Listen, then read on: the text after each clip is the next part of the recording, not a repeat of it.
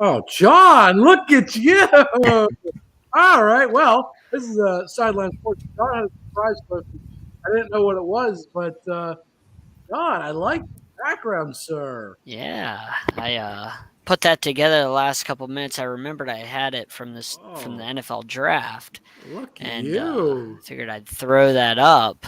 Looking good, buddy. My Well, background, well, Nice. I don't want to ignore the fact that we also have a guest today, Keith. of course. Keith, welcome to the show. How you doing, man?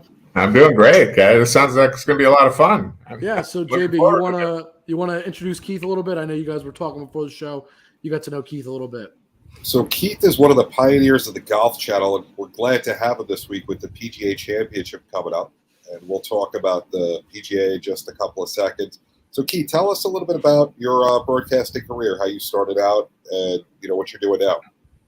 Wow, that's a long story. It's thankfully it's a long story. I've had an awesome career, but it started out, when I grew up in Northern Nevada, in Reno, Lake Tahoe. My parents started a TV station in Reno when I was just a kid, and kind of caught the bug there. But grew up when you grow up in the '60s, and everybody's playing every sport. We played football, basketball, baseball, golf, and kind of everything was delineated by seasons. So in the spring, you either played baseball or golf. I picked golf.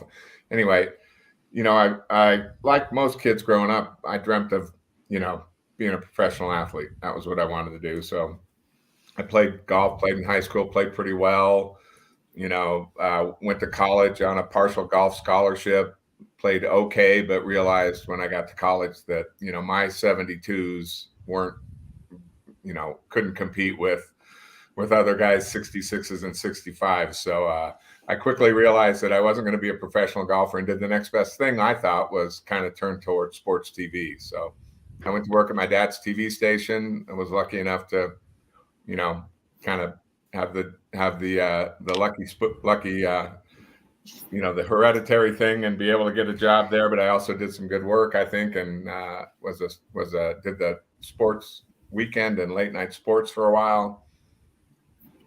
Realized that I liked working in TV better than being on TV. So I went behind the scenes, and my dad's station also televised all the University of Nevada sports, all their basketball games, all their football games. So I kind of directed and produced those, and that got me into it. Went from there to jump ahead a few years, but was able to work for the production company that produced all of ESPN's golf. So in 1990, I was hired by them, went to work for ESPN, did their golf for almost 5 years. And we heard rumors of this startup television network called the Golf Channel. And they called me in September of 1994, hired me in October of 1994. I left Bristol, Connecticut, went down to Orlando, Florida, and Golf Channel launched in January of 1995. I think I was telling JB, I think I was employee number 33 of the Golf Channel. So Wow. I was there at the very beginning, stayed there for almost 20 years, producing their live tournament golf. Left there in 2013 and started writing books. And so one of my first book was my memoir, Cover Me Boys, I'm Going In, Tales of the Tube from a Broadcast Brat, where I talk about tell some stories about the startup of ESPN2, which I was there for in 1994, and then obviously starting up the Golf Channel. So I've been really lucky. I've been really blessed. What was the difference between working at ESPN and working at the Golf Channel? Night and day. I mean, it was crazy. ESPN was great, and ESPN, even when I was at ESPN in 1999, the early 90s, it still wasn't it was big, but it wasn't the gargantuan that it is right now. We were there when I was there when we started ESPN2, and as you guys remember, they called it the Deuce, and it was supposed to be irreverent and wacky, and so we had kind of the carte blanche to be creative, or what we thought was creative at the time, and be irreverent. And we'd put up graphics. We'd show Wayne Gretzky highlights, and we'd put up a graphic that said also double. It was stunt double for Meryl Streep in whatever movie was, Meryl Streep was out at that time, and trying to have some fun. And then the infamous Jim Everett going across the table and attacking Jim Rome incident happened on ESPN2. And the very next day, the edict came down that we weren't going to have any fun anymore because things like that happened. So but it was big. It was big. It was huge. It was still a big thing. And we went to the Golf Channel, and it was really like a mom and pop, startup. And there were some really passionate people. A lot of people took a huge chance, leaving careers at CNN and ESPN and Turner and other places to go, take a chance on this golf startup. And everybody, and even, especially to me, I mean, the folks at ESPN, I had a great gig there, and they liked me, and I probably could have stayed there forever if I wanted to. And, they said, "You're out of your mind. You're going to this 24-hour a day, 7-day a week, 365 days a year network that's going to televise only golf. I mean, that's never going to work." And, they were like, "You'll be back here in 3 months with your tail between your legs begging for your job back." And I mean, they said the same thing about ESPN when ESPN started. Right. So, John, one day they'll be saying the same thing about us. That's true. So we took a chance, and it worked out. Became $1 billion television network. Now, Tiger started in what year? He turned pro in 96. Sorry. So he was still winning amateurs when we launched in 1995. He won his second U.S. amateur. 96 won his third U.S. amateur, and then turned pro. So, I mean, I tell a lot of people that there were a number of things that made the Golf Channel a success, but perhaps the most important, one of them was Arnold Palmer being involved. That gave it gravitas.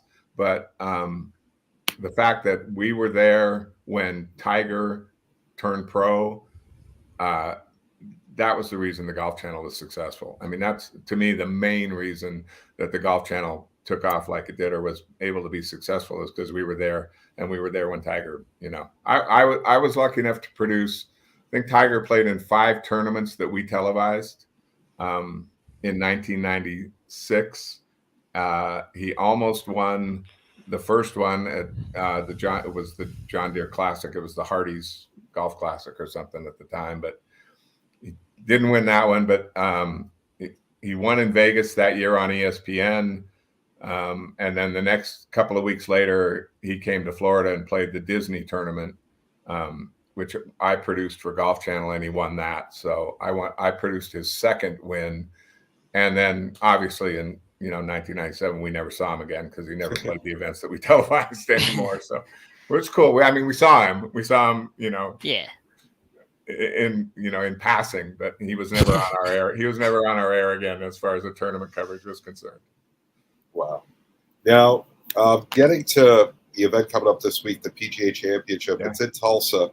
What can you tell us about that course? It's awesome. I know that, they played a bunch of major championships on that golf course, and Tiger won there. Nick Price won there. It's been forever and ever that it's, been one of the most respected, best golf courses in the country. And Gil Hance, who has become famous over the last handful of years as kind of one of the best course, not only designers, but renovators. Like he'll come in and restore. He's more of like a restoration expert. He'll take a golf course and kind of bring it back to its roots. And they brought Gil in a few years ago and redid it. And I haven't been there in forever. It's been probably 15 years since I've been there. But from everything I'm seeing and reading this week, it's getting rave reviews. I mean, the players love it. It looks great. I'm sure it's going to be a terrific championship. And because they moved the PGA to May a couple of years ago, because it used to be in August, and it was 115 degrees, in Tulsa in August. And so they're getting great weather, and it's still supposed to be kind of warm and windy, but nothing like the conditions that they faced when it was played in August. Now, who are you looking for to do well in this tournament? Gosh, that's a great question. There's so many great players on the tour now. I personally, I'm of that generation that is a Tiger fan still. You know, I've been a Tiger fan since since before he turned pro. I would love to see him play well, and I still think he's got major wins in him. But everybody's looking at John Rahm because he's playing. He's just such a good driver of the golf ball. He's number 2 in the world. Just got passed by Scotty Scheffler. People like Scotty Scheffler too. Jordan Spieth is in really good form right now. He almost won last week in Dallas, so he's coming in playing really well. And the hard thing for Jordan is there's that extra pressure this week because he's won the other 3 majors, and it's kind of a big deal in golf to win what they call the career Grand Slam, which is to win all 4 majors. So this week, the one he hasn't won is the PGA Championship, so he's got a little extra pressure on himself this week. But gosh, there's probably 10 or 12 guys you could look at, and you wouldn't be surprised at all to see him at the top of the leaderboard on Sunday. So with a guy like Tiger, who's obviously a generational talent, if not the best ever, you can arguably make that case.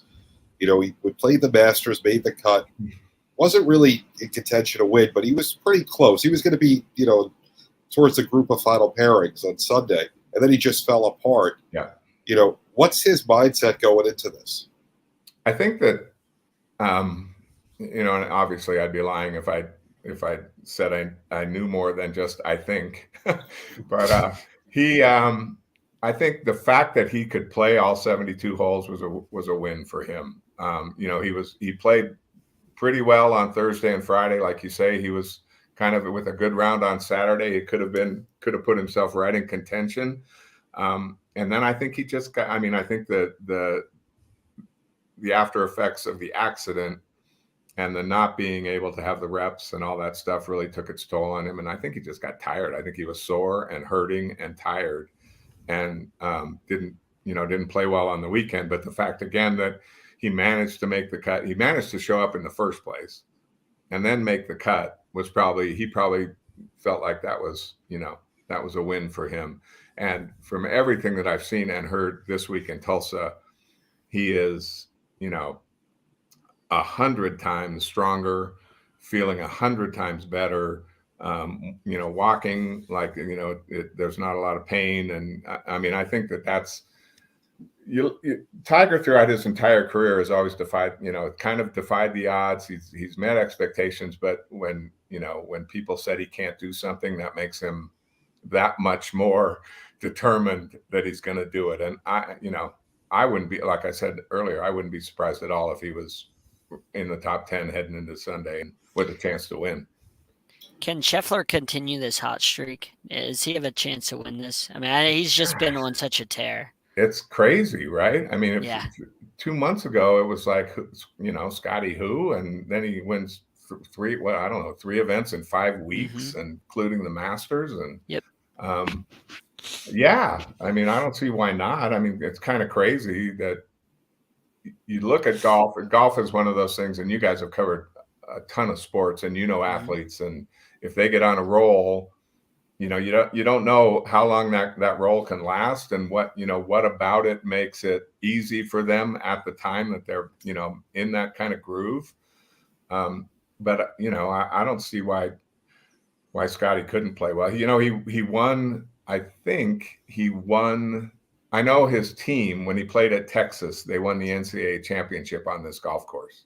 So, he knows it's obviously because of the redo, it's a little bit different golf course, but he's certainly comfortable there. And it just seems like his attitude for such a young kid, he's got his head in the right place. He's like, I'm just enjoying it. And so, yeah, he could do it for sure. Golf is crazy that way. One of the biggest stories over the last month or so has been the Saudi tour. Yeah. And how the PGA is responding to it. A lot of big names. Phil Mickelson is mixed up in it. Can you tell us a little bit about that for those that are fully up to date on it? Yeah, well, I mean, I only know again what I've been reading and kind of hearing.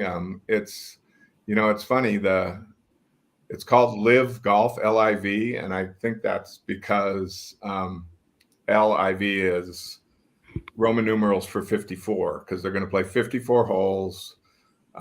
Instead of the normal 72, it's going to be a shotgun start where instead of players teeing off in 10 or 12 minute increments off the first tee. Everybody's going to go at the same time off different holes in the golf course. So they're differentiating themselves that way. The biggest differentiation, I think, from what everybody's talking about is just the amount of money that's up for grabs. I mean, they're talking about $20 or $25 million a week for the purse for 48 players. So that's a $4 million first place check. If you finish last place, 48 out of 48 guys, you get $150,000. So, it can be life-changing money for a lot of people. And so they're getting a lot of pushback. Obviously, the tour sees it as competition. So that's why I think they're pushing back so hard, because I think they're threatened by it a little bit.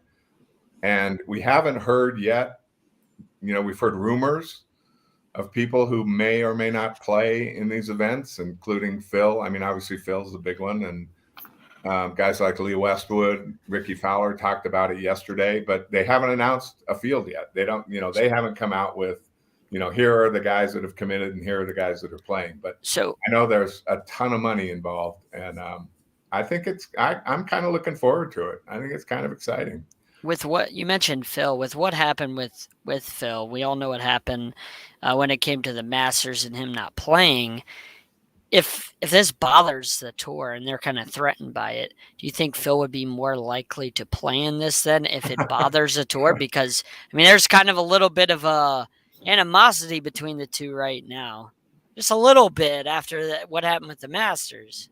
I'm telling you, I think you've hit the nail on the head. I think it's something like that actually drives Phil. I mean, he likes, I think Phil sees himself as kind of a standard bearer for, a certain group of players who maybe think that, they haven't gotten everything out of the tour that maybe they've been deserved. And, it's more than just money. It's, right. It's a lot of things. And, I think with Greg Norman's involved in it, and he's had, he obviously had his headbutting with the PGA Tour for a number of years. And, maybe Phil sees himself as the kind of the guy that's, if he goes and does this to break the ice, break the ground, break new barriers. I hate to keep using cliches, but, Phil could be the face of this tour in terms of, starting up something that might, turn out to be a rival tour to the PGA Tour in the future. And I think that excites him.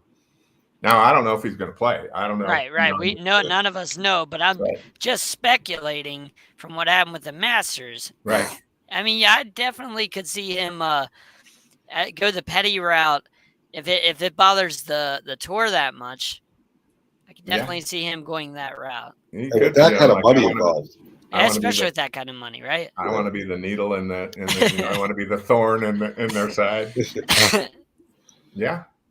So Keith, we appreciate you coming on. Where can people go to find your books? Yep. Oh man, thanks for asking. They're at Amazon. I've got, 5 of them now. I'm working on the 6th. The first one, like I said, was a memoir, and then I've written 4 mysteries.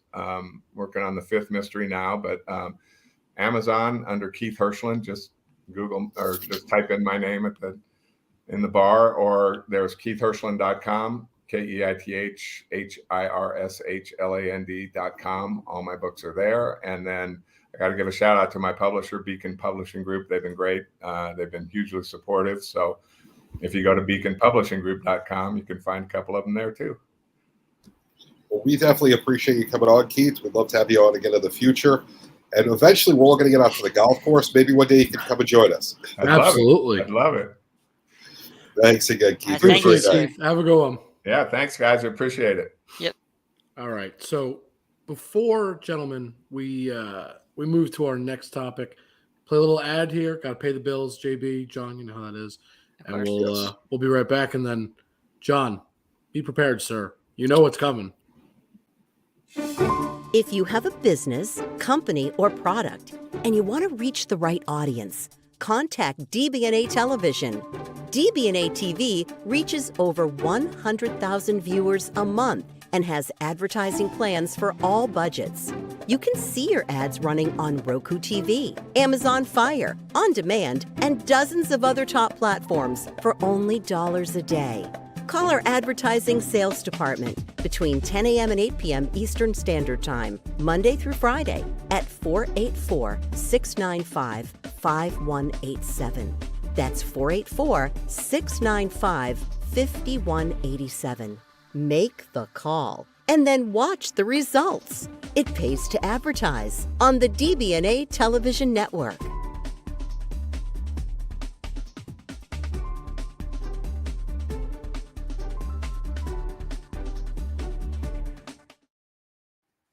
And we are back. Gentlemen, you know what's going to happen. John, I know you know what's about to happen. It's hockey time, The baby. Heat- Oh, And John, I thought you were going to say the oh, Heat. ew, games no. are 20 Hang on, John, hang I on. want to talk about. I'm going to start first. Are the Heat going to Oh, score in come the finals? on. You're going In the Eastern Conference Finals? I'm Are on they the going to score? Look, I'm on the show. I'm paying attention to our fans and our network. This is what's important right Listen, now. this is as many goals as Carolina's going to get in the series. This is as many points as the Heat have in the first 3 minutes of this game. 0. All right, go ahead, Jake. Go You on. can do it now. I think Jake froze. Yeah, well, that makes sense. I mean, he was getting ready to run his lips, and now he's frozen. So that's just what he gets. Wow, that's a Sorry, great Jake. picture, though. Bye-bye. Get a good screenshot of that, Jake. There, Make that your I see a Facebook little profile. bit of Rangers. Thank goodness we don't have to see no disgusting jerseys or anything like that of the Rangers. So, I don't know, Joe. Let's talk a little bit about the series while we're waiting for them. So, why is Carolina going to move on? Well, Carolina, first of all, won the season series against the Rangers 3-1. Jake was talking about how that doesn't matter, but it does matter because if you've beaten a team 3 out of 4 times, clearly you have the formula to beat that team. You know what it takes to beat that team, at least when it comes to this season. You've done it 3 out of 4 times. You know what I mean? It's kind of like whenever the Rams and Niners were getting ready to play, and you're like, everybody's like, well, I mean, the Niners clearly have the number of the Rams. The Niners have the number of the Packers. Like, that's why a lot of people pick the Niners, is because they have that history of beating that specific team. That's why, you know what I mean? I'm going to disagree with you a little bit Why not? on that. If it was a sweep, it's one thing. Regular season hockey compared to playoff hockey is a completely different animal. But the Rangers right now, at least from what we've seen, because you can only go by what we've seen. That's all you can base it off of when it comes to head-to-head. The Rangers haven't been able to figure out the Hurricanes. In 4 tries, they figured them out once. In 4 tries, the Hurricanes figured out the Rangers 3 times. So right now, plus having home ice, you have to give the advantage to the Hurricanes. Not necessarily. Oh, you Again, hockey without me, you jerks? Well, it's not our fault you froze. Listen, I lose for 2 minutes because my internet goes out and you can't. You're out of order. You're out of order. And what I did was I asked them why the Hurricanes have a shot to win. Come on. A little softball question. And I told him why he's wrong already. Look at that face. Look at that frozen face. That's perfect. I love it. I'm going to have to. I love that. But no, when you talk regular season hockey, 4 meetings, as long as a team was 1-1, I don't really put much stock in the season series. To me, what matters is, the overall record. Carolina was a little bit better. And we're going to add Jake back. They won the division over the Rangers. They scored more goals almost a whole goal per game. End this conversation. End it now. I don't want to hear it. Game. John, shut your mouth. They were better in every way. With that series, I don't want to start with that series, you dopes. This is my segment. Thank you very much. You don't want to start with us? No, I want to go in order of the bracket that we looked at. So I want to go blame from the top JB, not me. Next time. That's why you let me run my segment. Call Xfinity and upgrade your internet. Yes. I'm going to have to. I am not happy. All right. Thank you. Can we all see my screen, gentlemen? There we go. Okay. Yes. Before we continue, Jake, can we look back at what we all picked for the first round and see if we I right? did that already. I'm ahead of you, man.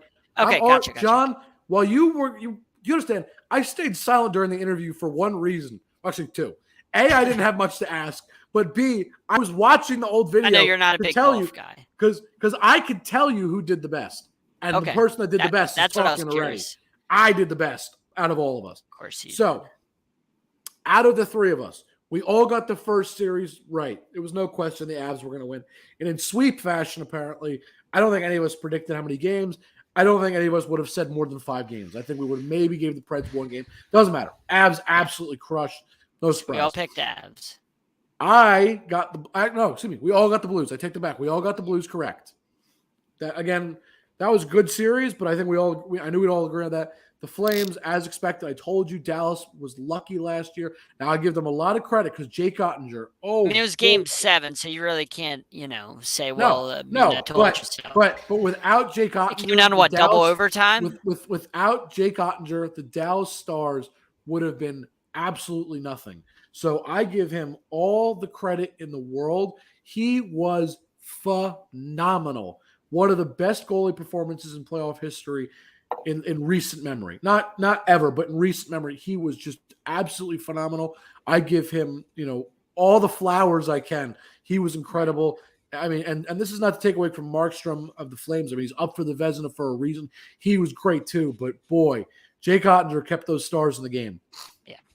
We all got that right. The only series from the West that all of us actually missed was Kings Oilers. Every single one of us actually picked the Kings to win, and the Oilers prevailed in Game 7, though. So all of us weren't too bad for that call because we said the Oilers, despite being the much better team, will not perform as well as they should.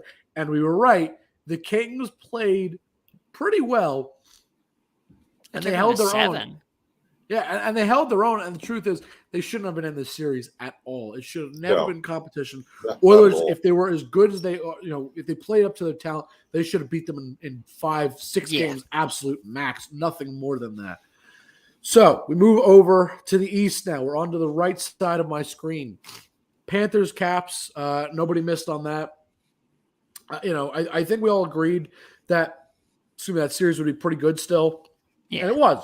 I mean, I'm pretty sure, I didn't listen to everything we said, but, the Caps were a veteran team, which I knew was a positive that they had going for them, but the Panthers were the better team. The Panthers were the best team in the league during the regular season. I still don't think they're winning the Cup. I still think they're going to lose probably in this round here, if not the next round, but I don't think they're getting past this because most of us were right. But, John, you, sir, were wrong in this round. You, sir, picked the Maple Leafs, and you are wrong. So the first non-collective wrong on the board, if you will, because we all got the Kings wrong together. So it's a solidarity thing for the Kings. Fine. But the first one of us to branch off and be wrong was you, John. The Lightning did exactly what I said they would. They beat the Maple Leafs not just because they were a better team, but because the Maple Leafs find ways to lose. And that is what they continue to do. Look, I give the Maple Leafs credit. They played a good series. They held their own. But you can't have a 60-goal scorer and come up short in the first round. And exactly. In true Maple Leaf fashion, they crumbled. And I do want to talk about them for a moment because – what do you do if you're the Maple Leafs? And I that sounds like a silly question, probably. Move to the United States. I don't think that's going to fix their problem. You break the curse. You break the curse. Wow. I don't think that's going to fix it, John. Because they're no longer Canadian. Yeah. Canadian teams just don't win Stanley Cups. I'd like to just point out they have lost 5 straight Game 7s, and they've lost 10 straight potential clutching games, and they haven't advanced past the first round since 2003. Chris Paul, is that you? Ever done is that you, Chris Paul? They are the first. Oh, I'd like to point out this is so bad. They are the first team in MLB, NBA, and NHL history to lose the winner-take-all game in the opening round of the playoffs 5 years in a row. They are just that's as bad as Chris Paul losing 5-2-0 leads, and he's the only player to ever do that in NBA history, and he's the only player to ever blow 4-2-0 leads. Look, Chris Paul and the Maple Leafs team. Don't get me wrong. Because you know what? Together. But the Maple Leafs, look. Game 7's are toss-ups. Yeah. You got to win one just out of flip of a coin. But the Maple Leafs shouldn't have come down to Game 7. No. The way they played, I thought, was indicative of, all right, I guess we're winning we're winning this series earlier, but I don't know. I mean, JB, I'm just saying, not to interrupt, Jake. The Canes are 6-0 in their last game, 6 game sevens. So say it's a toss up all you want, but some teams know how to fight through whenever it matters, and some don't. I mean, and you know what? The way I look at it too, the problem is the Maple Leafs and Lightning. I don't know how many games in a row, but it was like I saw a stat and it was really. I thought this was really interesting. It had been something. It was 10 plus games. I know that it had been in a crazy amount of games between the Lightning and the Leafs, and the last, however many games it was. I think it extends back to last year, or I think it was last year in the playoffs. Maybe I believe they played each other last year. I may be wrong about that, so. Don't hold me to that, but I know it was a crazy amount of games in a row that each team had traded a win. So it would go Leafs, Lightning, Leafs, Lightning, Leafs, Lightning, and so every team would, it would trade off and on every year, or excuse me, every other game. So this series was exactly that as well. Continue the trend, right? Leafs win game 1, Lightning 2, game 3, Leafs, and so on and so forth until game 6 and 7. The first time the Leafs lose to the Lightning in back-to-back games for, after however many games is the most important game.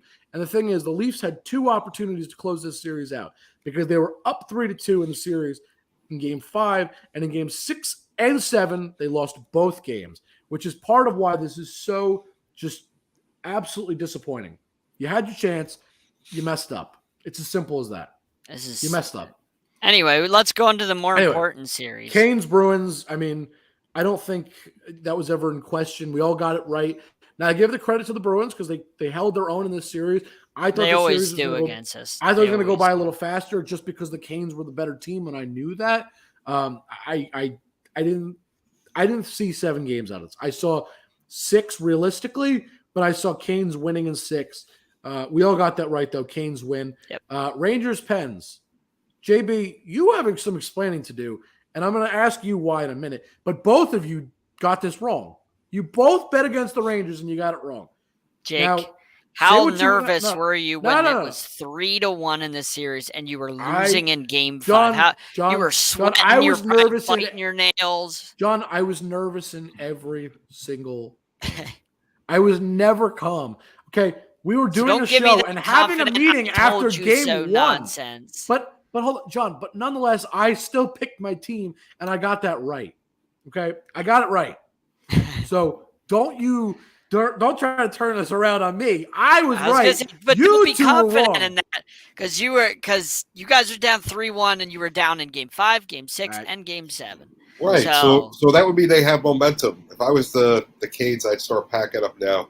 All right, hold on. We'll get there in a minute. So I want to. Now that we've talked about round 1, I don't remember our predictions for round 2. I don't have time to go look at it.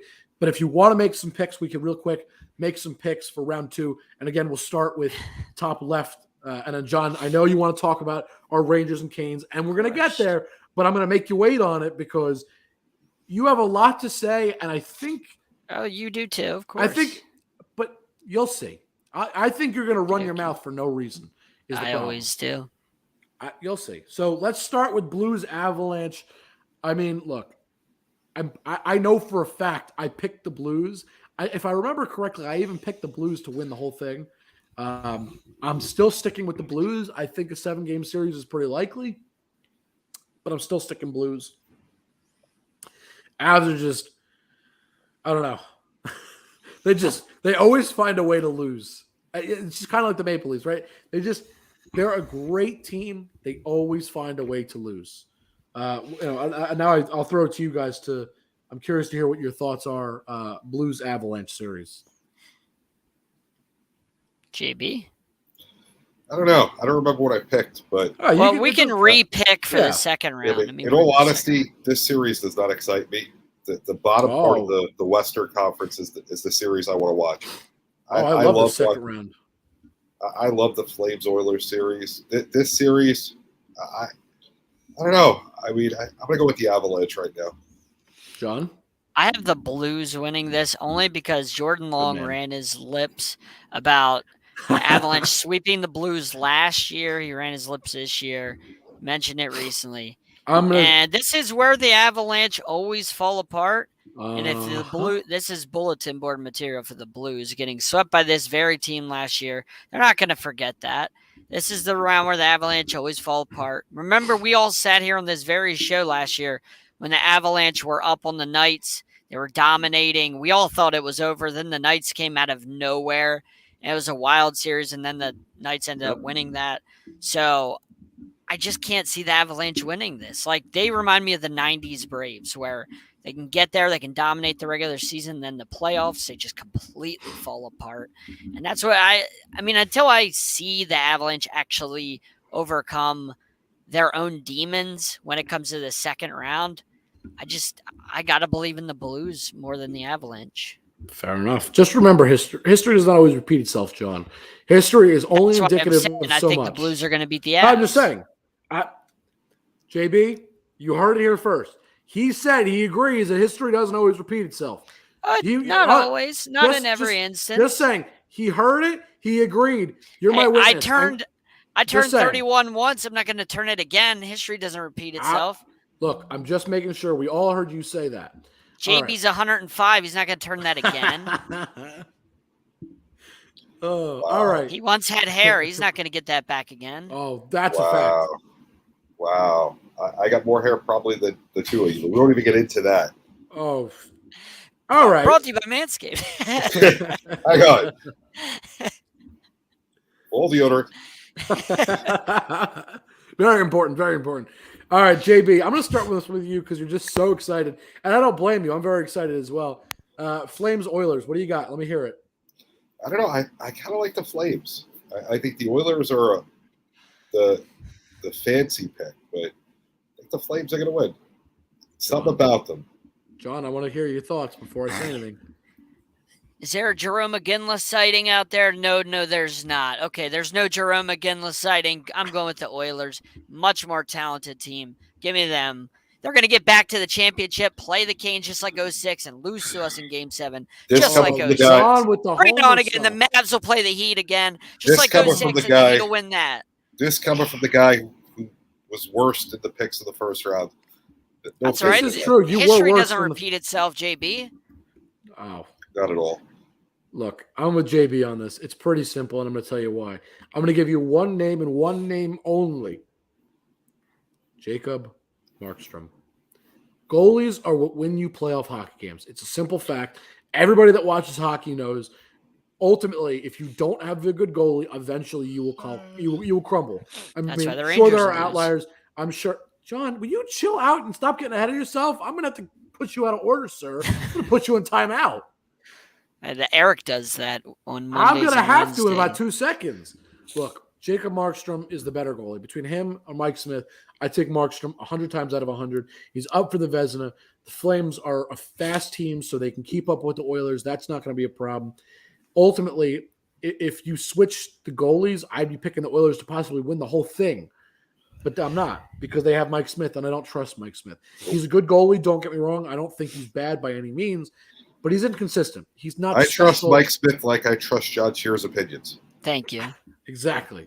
There you go. It sounds like an accountant I would have, I would have to hire for Sideline Sports, Mike Smith. Exactly my point. So for me, if it was almost any other goalie left in the playoffs, I would probably feel more. I think I retract it. I think any other goalie left in the playoffs, I'd feel more confident than having Mike Smith in that. It's not that Mike Smith is a bad goalie, but if I was ranking all the goalies, he's my bottom goalie left in the rest of these playoffs. It's pretty simple. I got to go with the Flames. Vezina means nothing to me. It's dead to me. What'd you say? The Vezina trophy is dead. Last year, that's all you spoke about. This year means nothing. Well, they screwed over my guy last year. Your they guy. didn't even put my guy this year. John, it's proof that he wasn't that good. They didn't even put my guy this year as a finalist, and he had the best goals against average in the entire NHL. Your guy. Second to Jake Sky in goals in save percentage. Thank you. Like, the guy was top 3 in every goalie stat. John, look down. Look down. Read it, please. What are you? John, real quick, I just like to also point Sideline out Sports. my guy is winning the Vezina almost No, I'm guaranteed. just saying, my guy was regardless top of 3 anything. in every stat, and he wasn't even a finalist. So screw the Vezina trophy. Doesn't count. It's dead to me. You guys are killing me tonight. All right. Lightning, Panthers. Let's start with John on this one, sir. Man, I don't want to see the Lightning three-peat. Like, come on, man. We've seen the story the last 2 years. We know what happens. They barely squeak by first round. Then they just get momentum. We don't need to see this 3 years in a row, Jake. Like, somebody's got to stop them. John, I'm not disagreeing, but do you really think the Panthers are the team to stop them right now? No, that's why I'm saying it. I don't think it's going to be close. The Panthers have had a nice season, but I think it's going to be in 5. John, 5. Wow. Yeah. I'm giving them 6, but I agree. No, I'm with John though. I mean, I'm sorry. I think 5 is a little. I think 5's a little harsh. I mean, are the President's Trophy winners? They are a strong team. Had trouble with the Caps. Imagine what The the Lightning problem are with the going to do. Panthers, they don't play defense. Darn right they don't. Playoff hockey's not won 9-5. Playoff hockey is won 3-2, 2-1. You know, maybe if you're getting 5-4, you're having a high scoring game. Yeah, that does happen, but it's generally speaking, you're right. It's more rare, especially in the eastern side of the conference. That's Go fair. Knicks. So, Go Knicks. So JB, you're with us. You're saying we're all in agreement. Lightning are going to go again. All right, John.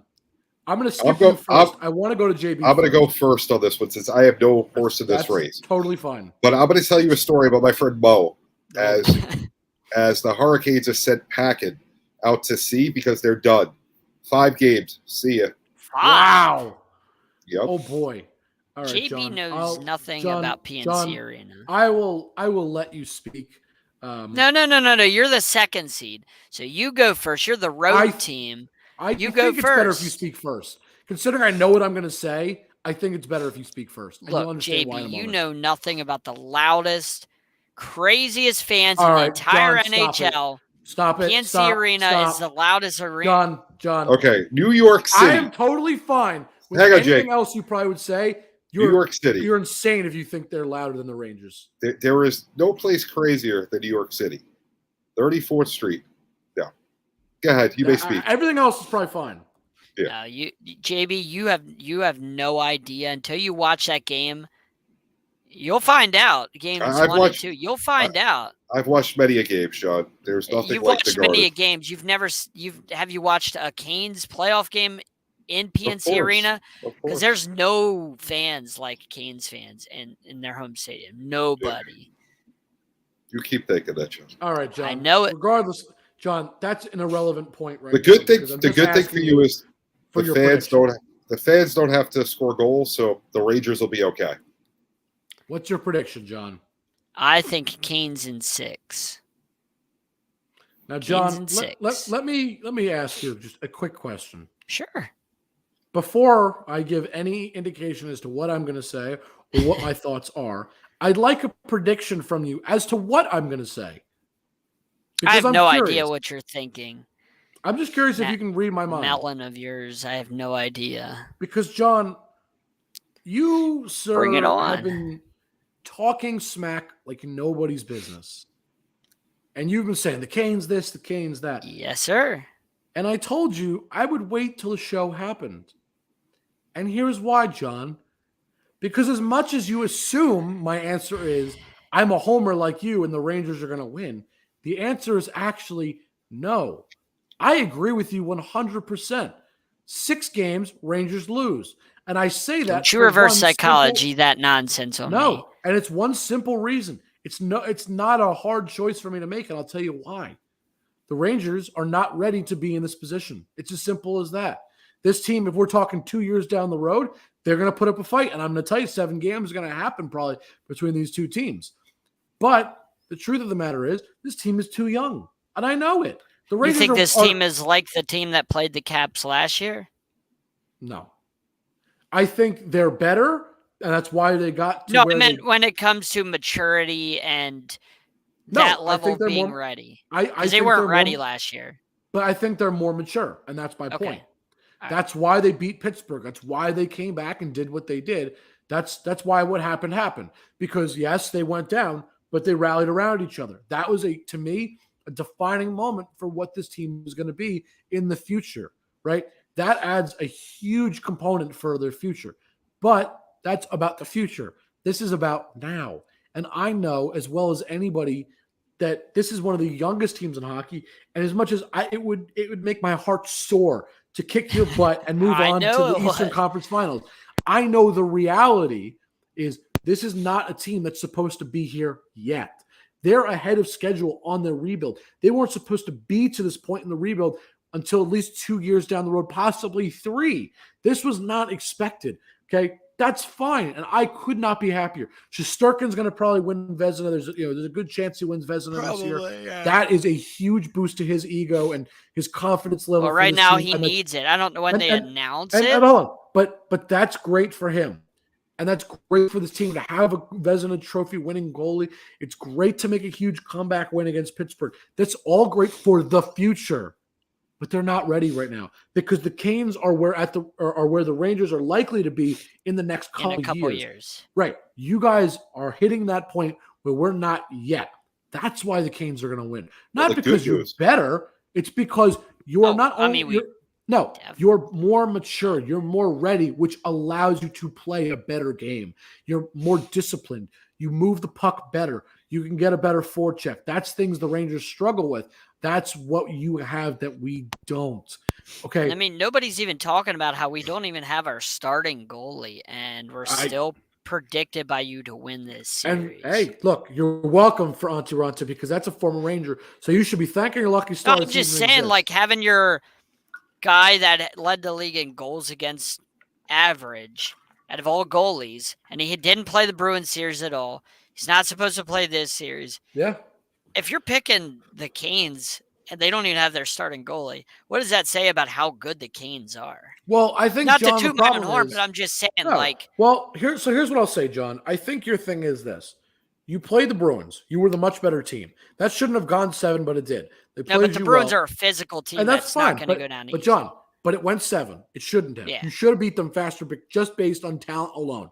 You know it. I know it. Everybody knows it.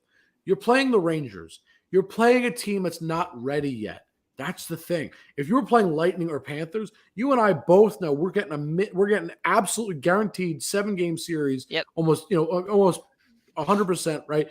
And it's going to probably end up in the Canes losing, not because they're bad, but because those teams are simply just better. And that's the thing. You're playing teams that you're either much better about, you're much better, right? Or are just not ready to be in this position. So I don't mean to say you're lucky because that's not right. I disagree with what Matt said completely, and I'll touch on that in a moment. I completely disagree. That's fine. Completely. I don't want to say you're getting lucky because that's not fair, but your matchups have been in your favor because the way I look the Bruins have had our number for the past couple years. But you were the better team, and I could have told you. And that's why I predicted that. We were also expected to. The last couple of years, we were expected to beat them, and we couldn't. That's fine. And year after year, that's been our Achilles heel. I'll leave it with this about this series, John. And I knew this was going to be the longest talk. Of course, we had about a series. Obviously, as two fans of those teams, the Rangers are playing with house money. Okay, they have a goal that's about to win a Vezina. They have a team that's ahead of schedule on rebuild and looked phenomenal this year. They have an incredible core of players. They won the first round. They came back in the first round in dramatic fashion. Yep. They have done so many positive things that now, if you lose this series to the Canes, it's like, okay, who cares? Because at the end of the day, kind of like the Grizzlies, right? The Grizzlies losing. Right, that's a great example. It's a team that wasn't supposed to be where they got, so they lost to the better team. That's fine. It's a learning experience, and it'll help them in the future. Truth be told, I'm not upset that I'm calling the Rangers losing in 6. Why? Because it's not like it's Rangers versus it might be good for the Rangers to feel what it's like to have the most hostile environment for any road team. It's good for them to play against team like that. I'm serious, team. JB. You don't understand what it's like at PNC, especially if you're young team like the Rangers coming into a playoff series It's John, not hostile. now you're getting off topic here. Now you're pushing I'm it. just telling Stick it, to the- it could be stick good for to the young facts. guys. Stick to the Jake, facts. you're discounting the one most important thing, momentum. And- The Rangers were done already. That's why I Listen. said it's a 6-game series. No, they're going to beat the Canes. The Look, Canes. And It's not their year. Come back JB, next year. They're in the I- same place right now. JB, They're both in I the will semis. I will happily eat crow if they win the series. Listen, this Because is it trust after me, this. it would- They're it would not make beating the me- Lightning. It would make me so beyond happy for them to win the series. So don't think I don't want them to win. I want them to Oh, win I more get than that. anything. I'm just But telling I you have what to be you're realistic. So See that we'll this see. is where playoff hockey is different than any other sport. Momentum plays such a huge part. This is true. Goalies change games. But you could Yeah. argue the Canes have some momentum themselves winning a game 7. That's a big deal. Big difference the way the Rangers won. Down 3-1, coming back, winning in overtime, down to 6 minutes to go, down a goal, getting that goal, playing I'm tough. not disagreeing. You make a very Listen, good point. I don't think that they're winning it all. I'm not a Ranger fan. They're going to win this series you're in not. 6 games. Then they're going to get killed by the Oh, Lightning 6. in You said 5. 5 before. Is it 5 or 6? I think I said 6. Oh, you said 5. I'll roll Give the him a tape. You break. said 5. His If brain's a I little said older. 5, I'm starting to do a John and back it up. But they're going to win. It's over. The Okay. Canes are, they can go to Cape May or Cape Lookout, whatever the hell, Cape Hatteras in North JB Carolina. knows nothing about who's the Canes' best offensive player. JB. The fans, it's very loud there. Okay, so It's he very knows loud. nothing about the Carolina Hurricanes. So That's thank It's very you. loud. Next, It's very I want to loud go. there. I want to go into Matt's comment. He said we have a great pipeline of goalies, which the Canes do. He said can't throw shade at the goaltending. No, you can't. But Rantad's never played in the playoffs before. Before that Bruins series, he had 0 playoff starts in his entire career. So that was his first time playing.